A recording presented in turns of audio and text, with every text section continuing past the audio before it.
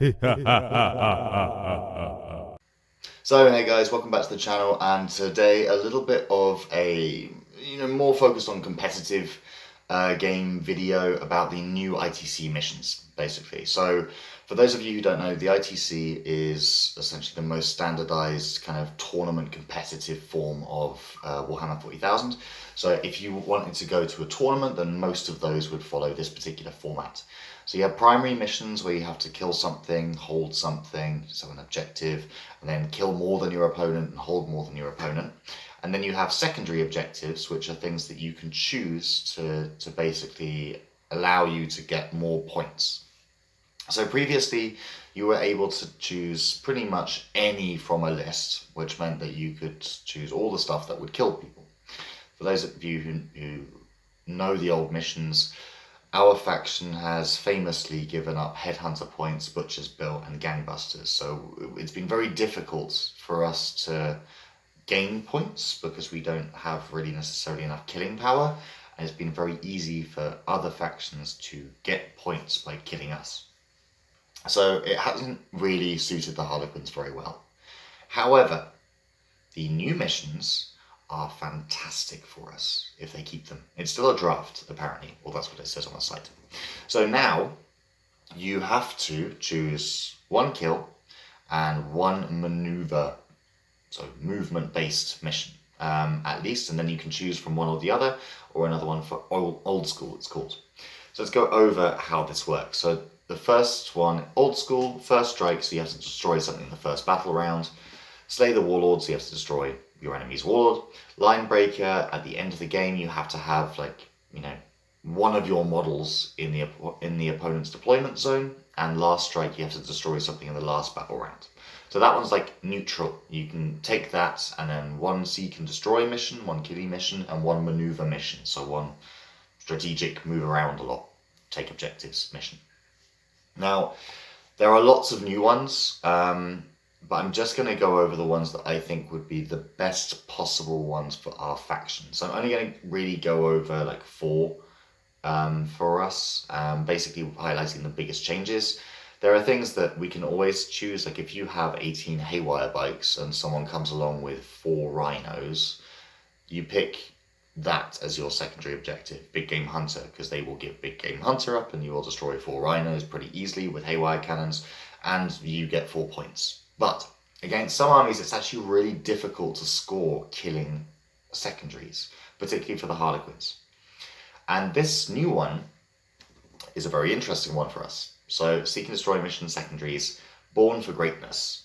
Pick one of your single model character units. This unit gains 1 point for accomplishing each of the following objectives, up to a total of 4 points. Each objective can only be achieved once per game. So there are 6 options here, and we only have to get 4 of them to max out the points. So you can destroy an enemy unit, remember, with one of your characters. You can destroy an enemy character. You can deny an enemy psychic power, hold an objective outside of your deployment zone, heroically intervene into an enemy unit, and begin and end a battle round wholly within your opponent's deployment zone. Now the last one I had misread a little bit, which means that it's actually quite a lot more difficult to get than I thought at the beginning, but it's still an interesting one. So we have 6 different options with our characters. I'll go over what I think would be good for us for that in a moment. Then, to our maneuver secondaries, so we're going to choose 2 of these, I think, because we can only choose 2. But the 2 that I think would be best are Recon, which is an old mission, but it's been changed a little bit. So at the end of your player turn, you get a point for having 1 unit wholly within 1 table quarter, basically. So you have to have 1 unit in each table quarter, so all 4 quarters. But now, if you have 2 units in every table quarter, you earn 2 points per turn. So we can get it much faster. And honestly, with our speed, if you aren't getting Recon, you're playing it wrong, which is something that it's a mistake that I made quite a few times over the weekend. I was like, oh yeah, I'm just going to get Recon, and then didn't think enough about it. So I would, choose Recon 100 times over, because you can get that in 2 turns, if you've got enough units. Then behind enemy lines. Now this used to be at the start of your battle rounds, but now it is, sorry, start of your turn, but now it's at the end of your turn. If you've got a unit wholly within, if you've got a unit entirely within, at least every model has to be partially within the enemy deployment zone, then you score a point. And if you have 3 or more non-flyer battlefield role units entirely in your deployment zone, your opponent's deployment zone, you earn 2 points. Sorry, I'm quite tired, guys. It's been a long journey and a long day. But I wanted to get this one done for you guys. And then there's the last one that I think might be interesting for us is called the Postman, which is just kind of just hilarious, the idea of a 40k postman like running around the place. So you can select a single a single model from your army that does not have the vehicle, monster, or Titanic keyword.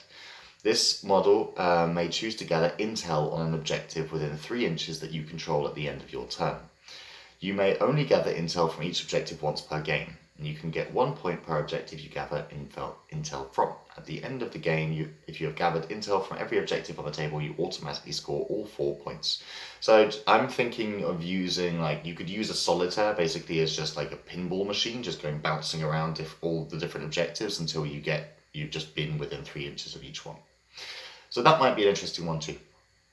I think we have a few ways of utterly abusing these secondaries, and I'm pretty sure we can at least almost max out these secondaries by turn 2. And this is how I think we can do that. So we take a Vanguard detachment because it's cheap, it's easy, and you need all of the units in this Vanguard detachment to make this combo work. So you need a Shadow Seer, you need a Death Jester, you're going to take 2 because of the Vanguard detachment, and you need a Solitaire, yeah? So you need those 3 so that you can do the most obnoxious stratagem in the game now, which is Hero's Path.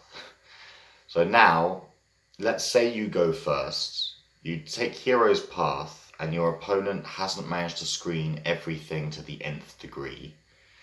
Then you Hero's Path all of your units into your enemy's deployment zone, giving you 3 units in the enemy's deployment zone, giving you 2 points. Recon you should be able to do with any of the rest of your army. Now, let's say that doesn't quite work out. He's screened incredibly well. Another thing that you could do is you take the Sky Strider Warlord trait and Falchi's Talon on a Troop Master in a transport, and you basically you move the whole distance. You've got the 22 and then you've got the 6-inch advance, and then he can pop out of the transport and move further, so your transport and your Troop Master should both be in your enemy's deployment zone. Then you still use Hero's Path to put your Solitaire as close to the enemy deployment zone as possible, move one of your bike units within 3 inches, and then you Twilight Pathways the bike unit so that you've got the 3rd unit in there as well. And then maybe even try and protect your Troop Master a little bit with him, because next turn everything is probably going to die. But it's definitely a solid 2 points. And with Recon you should be able to do that anyway if you play Harlequins in any kind of normal sense, if you're not just using 12-man troops and stuff. So Recon you should be able to get 2 points in the first turn. Behind enemy lines you should be able to get 2 points in the first turn. And then what you do is you can take the Born for Greatness trait on any one of your characters depending on your matchup. If you are up against something like, let's say, Marines with Scouts, I would take it on your Shadow Seer. Then you take as many mortal wound based things as you can, and if you need to have Twilight Pathways, you have Twilight Pathways. You mortal wound a unit of Scouts, you then shoot it with a Death Jester if you need to, and then you shoot it with the Hallucinogen Grenade Launcher so that it just finishes off the unit. That's 1 point. And potentially if you use something if you're lucky with something like the Mirror of Minds or Shards of Light, you can then basically pick an enemy character, and then you just do mortal wounds until it dies, which that would give you a 2nd point. There you have to be a little bit lucky, and I get that, but it could be very, very potent. And then obviously you're a Psyker, so if they've got any Psykers and they do try and do Smite or something and don't get a particularly high roll, the moment that you've denied any psychic powers, you also get a point. Then what you do is you heroes path at the beginning of your opponent's turn, out of line of sight preferably, but basically to an objective that is outside of your deployment zone, and you've scored, well, all 4 points, essentially, in turn 1. So that's the potential. And then with behind enemy lines, you should be able to get that in 2 turns, using, as I say, each trick and all the rest of it, and then having enough other units in your army. Now this is incredibly CP intensive. I don't think I have to tell you that. And you wouldn't necessarily need to do things like, sorry, just quickly, you wouldn't have to do the Twilight Pathways on the bike squad, because you could always fire and fade them 7 inches. It depends on how your opponent's deployed, but it's an option. And there are lots of other things that we can do in terms of the movement phase as well that is just plain abusive. I think with these secondaries, we've been made into at least a mid-tier competitive army now, whereas before we were really struggling. So my idea with this is I'm going to take a brigade so that I have as many CP as I can humanly get.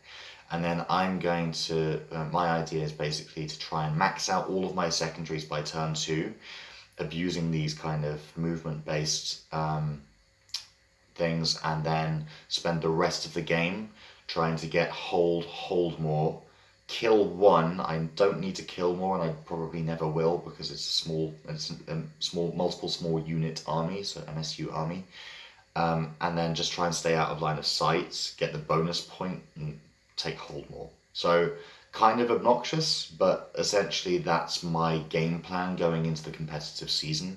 I had an amazing time over the weekend at the tournament. Unfortunately, we didn't use the new secondaries, which I was a little disappointed with, because I would have loved to have tried them out. But I will be trying out these combos at the weekend, and also I'll be, hopefully, as soon as I can, I'll be at another tournament, and I'll let you guys know how it goes. But in the meantime, if anyone has a tournament coming up and wants to try this out for me, let me know how it went, and let me know what you think about the combinations. Is there anything that you've seen that you think, oh, no, don't think that's going to work? Or is there anything that you've seen where you think, no, this secondary would actually be much better for us? What do you think? Let me know in the comments down below. Let's get a discussion going. As usual, I've been Kit. This has been Ghost of the Webway. Thank you very much for watching. Bye for now.